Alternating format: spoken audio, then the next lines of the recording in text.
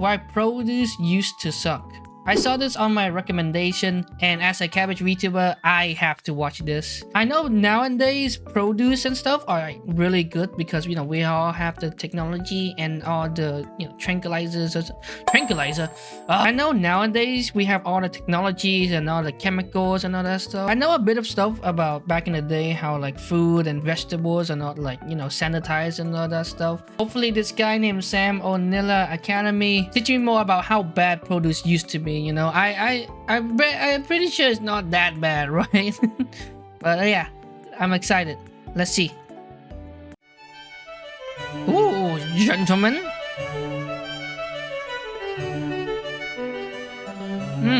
Very exquisite. You've probably seen this scene in TV or movies at some point. A couple of people end up stranded on a desert island, totally isolated from all civilization. Classic. It seems like there's no hope for survival, but then one of them looks 3 feet to the left and, oh my god, it's a tree full of fully grown, plump, delicious, smiling, golden-skinned bananas. Amazing. We're safe for the time being. Hey, don't eat those.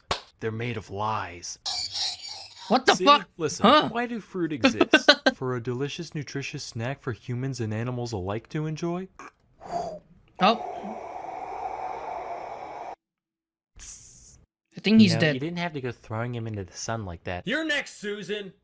How did you know my name? I created you. Anyway, as most of you probably know, That's scary. Fruit are a thing because nature figured out, hey, if you put a little bit of deliciousness around your seed, it'll convince some idiot bird or something to carry your baby off to faraway lands, right? But then humans showed up and were like, hey, that's pretty nifty. Listen, is it cool if we selectively breed you for thousands of years to give you horrific deformities to crank up that whole deliciousness part a couple hundred notches?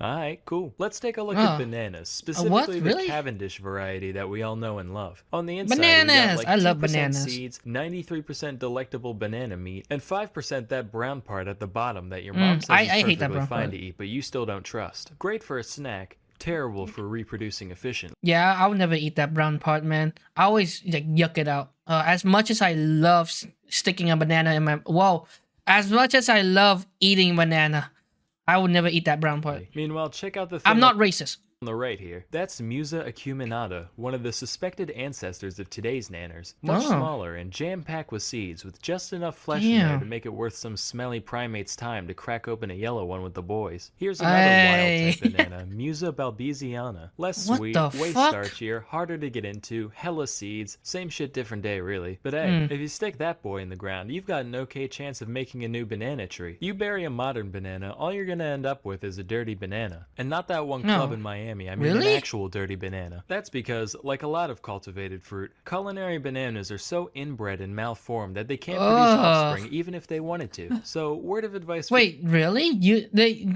Back in the day, fruits used to just, stuck in the ground and then they grow a tree?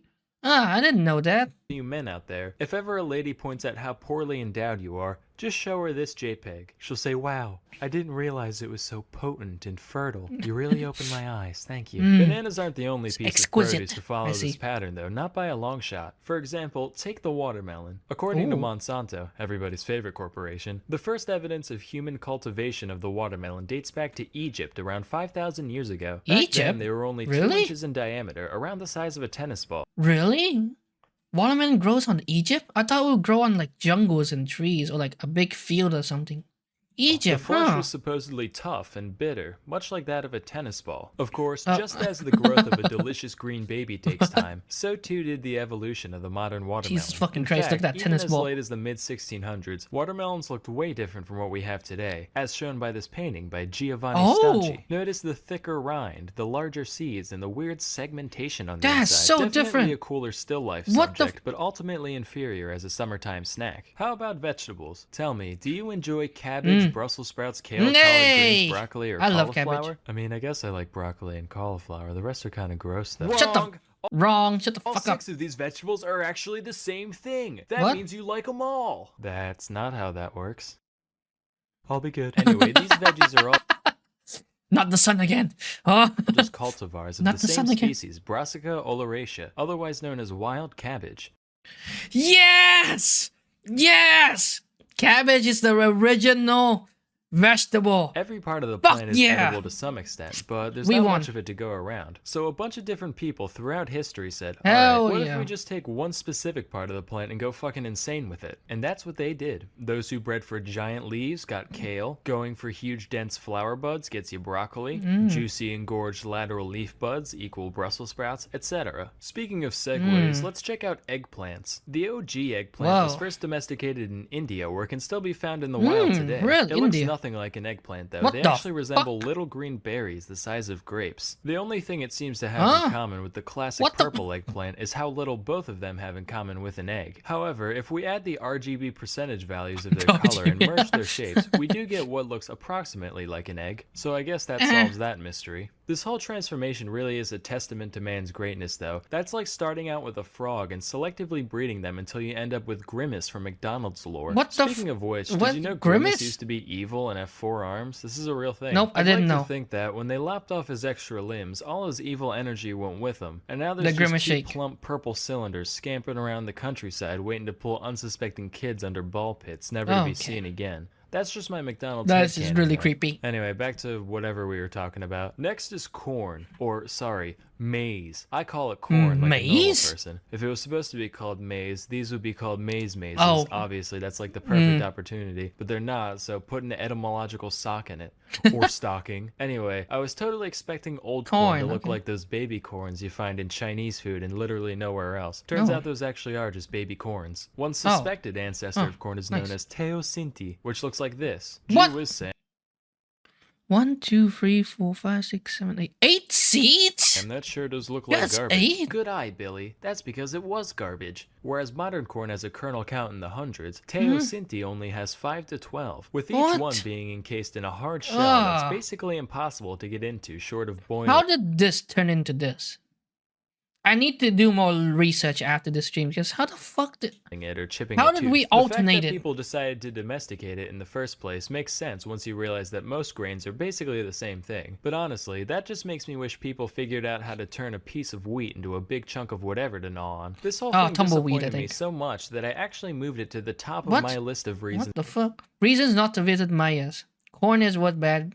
Brutal human sacrifice. Overly complex calendar. Probably all selfish as fuck. Even their name sounds like mine. Scared of Quetzalcoatl is real, yes.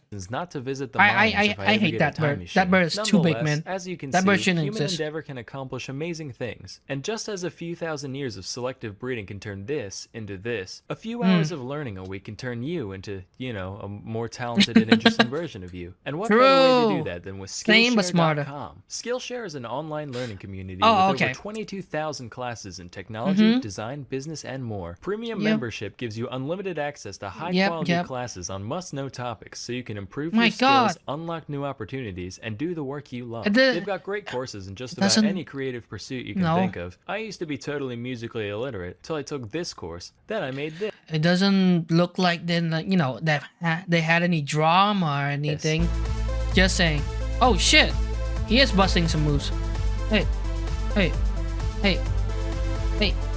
Hey. What about food? You like food? Of course you do. Yeah, I love You'd be food, dead yeah. if you didn't. With Skillshare, you can make your own Usagi, they call macaroons, me. fresh pasta, spring rolls, whatever. Join the Ooh. millions of students already learning on Skillshare today with a special offer just for my viewers, where you can get 2 months of Skillshare for free. To sign up, go to Oh my God. skl.sh/samo2. So much. Again, for those in the back, go to Those in the back. skl.sh/samo2. To get 2 months of unlimited access to over 22,000 classes for free. Act now for this special offer and start learning today. yeah. Anyway, till next time, I'm Sam and Ella, and thank you for watching. Thank you so much. I actually learned I actually learned a lot from this short amount of video. Damn, I didn't know fucking cabbage was the original. Yes! Yes! Cabbage was the original vegetable, guys. Come on now. Now praise me. Praise me, bitches. Praise.